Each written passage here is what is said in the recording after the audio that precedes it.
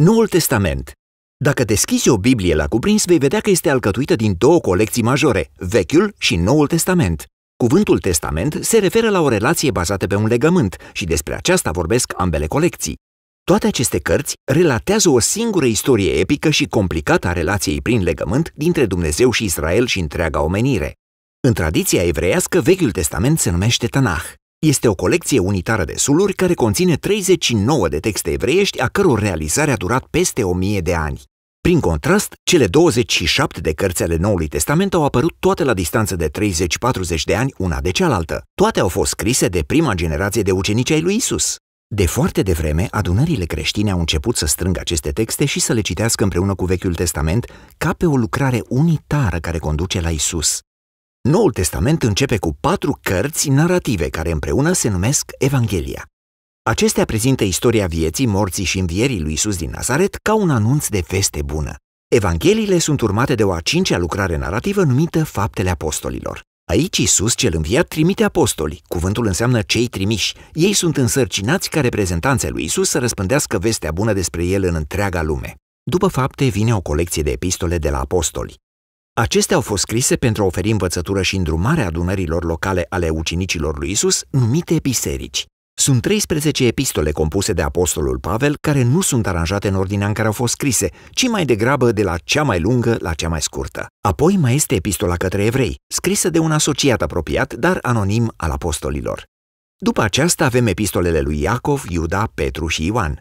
2 au fost frații lui Isus și 2 au fost printre primii lui ucenici. Ultima carte a Noului Testament este Apocalipsa, o epistolă către 7 biserici care revelează cuvintele profetice de avertizare și de mângâiere pentru toți ucenicii lui Isus.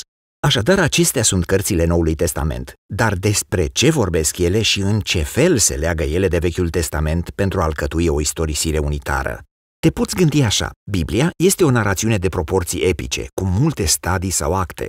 Vechiul Testament relatează prima serie de acte care te pregătesc cu tot ce ai nevoie ca să înțelegi secțiunea ce urmează.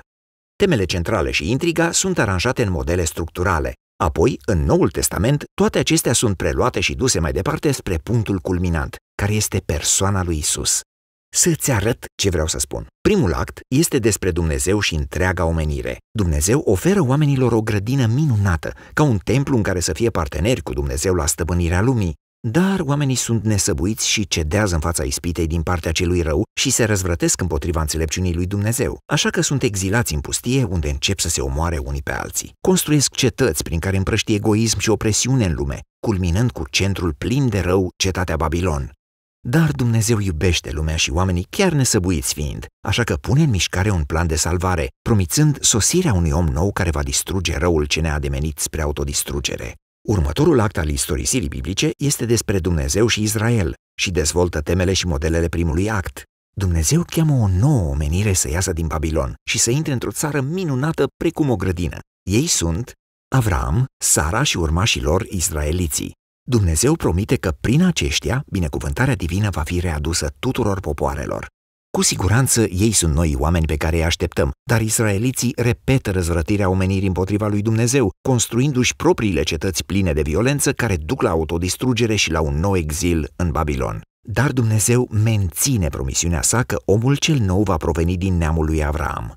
Va fi un rege preot care va trebui acum să salveze atât Israelul cât și oamenii din Babilon pentru a readuce binecuvântarea lui Dumnezeu în lume. Observăm acum cum aceste două acte sunt realizate după același model. Al doilea act este o versiune mai lungă și mai violentă a primului. Împreună ele explorează tragedia umană, dar subliniază și promisiunea lui Dumnezeu de restaurare. Aceasta este dezvoltată cu și mai multe detalii în următorul act, profeții și poeții Vechiului Testament.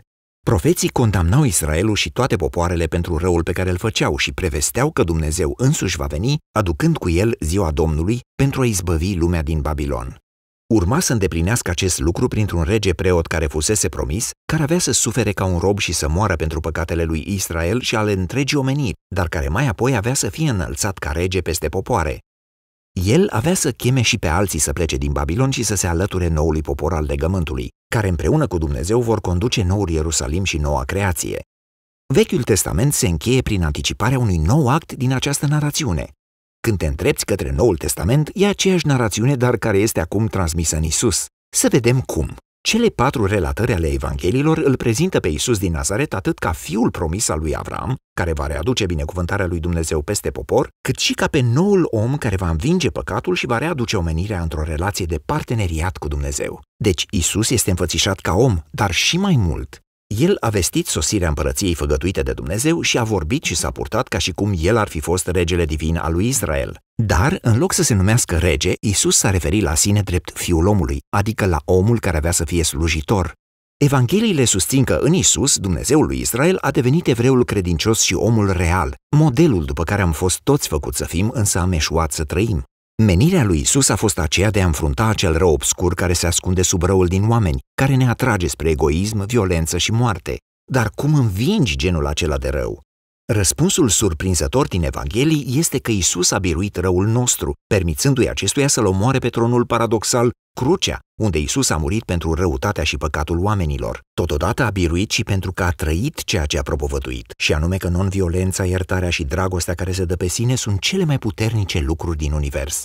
Și pentru că dragostea lui Dumnezeu pentru lumea sa este mai puternică decât răul sau moartea, Iisus a înviat la o viață nouă ca prototip al unei noi omeniri. Astfel trecem la istorisirea din Fapte. Prin Duhul Sfânt, Dumnezeu îi trimite pe ucenicii lui Iisus să răspândească în lume vestea despre viața și iubirea lui Iisus, invitându-i pe oameni să lase în urmă vechea fire omenească și să se alăture familiei multietnice a lui Iisus, noua omenire. Aici se încadrează epistolele apostolilor în discursul biblic. Prin ele, apostolii se adresează primelor comunități creștine și arată cum vestea bună despre regele Iisus cel înviat schimbă istoria și ar trebui să ne remodeleze fiecare parte a vieții. De asemenea, ei ne explică vestea cea bună, recurgând constant la istorisirile din Vechiul Testament și din viața lui Iisus, arătându-ne cum să vedem viețile noastre în lumina acestei narațiuni epice din Biblie. Așadar, toată omenirea este prinsă într-un exil babilonian, dar Iisus a venit să clădească o casă nouă. Cu toții trăim în diferite tipuri de robie egipteană, în egoism și păcat, dar Iisus a murit ca mielul de Paște pentru a ne aduce liberare în țara promisă. Vechea noastră fire omenească este destinată pentru țărâna morții, însă învierea lui Iisus a deschis un viitor nou pentru o omenire nouă. Deși trăim în epoca răului, prin Iisus și prin Duhul Sfânt o nouă creație a apărut aici și acum. Și astfel trecem la cartea Apocalipsei, unde întreaga istorisire biblică se împină cu simboluri și imagini intense. Iisus este înfățișat ca un miel înjunghiat și însângerat, care este înălțat ca rege divin al lumii. El își scoate poporul din robie și din exilul babilonian, și toți cei ce se opun influenței Babilonului sunt și ei nevoiți să sufere alături de conducătorul lor înjunghiat. Dar când îl urmezi pe regele înviat, nici măcar moartea nu poate împiedica sosirea zorilor în noua creație, care aici este înfățișată ca o nouă grădină, un templu al Ierusalimului, cea mai reală casă pentru omenire după îndelungul ei exil. Pe ultima pagină a Bibliei, cerul și pământul se reunesc, iar oamenii înnoiți își preiau sarcina desemnată pe prima pagină a Bibliei, aceea de a stăpâni lumea împreună cu Dumnezeu în dragostea și puterea Lui. Noul Testament este o colecție remarcabilă de documente. Ele reprezintă mărturia apostolilor care ni-l descoperă pe Iisus cel înviat, iar prin Duhul Sfânt al lui Dumnezeu, aceste cuvinte omenești continuă să transmită un mesaj divin de speranță din secolul I până în secolul 21. Fiecare carte arată cum Dumnezeu, prin Iisus și Duhul Sfânt, conduce lumea în care trăim spre scopul său final și spre o creație reînnoită. Așadar, finalul istorisirii este de fapt începutul uneia noi, care încă rămâne de împlinit. Despre asta este vorba în Noul Testament.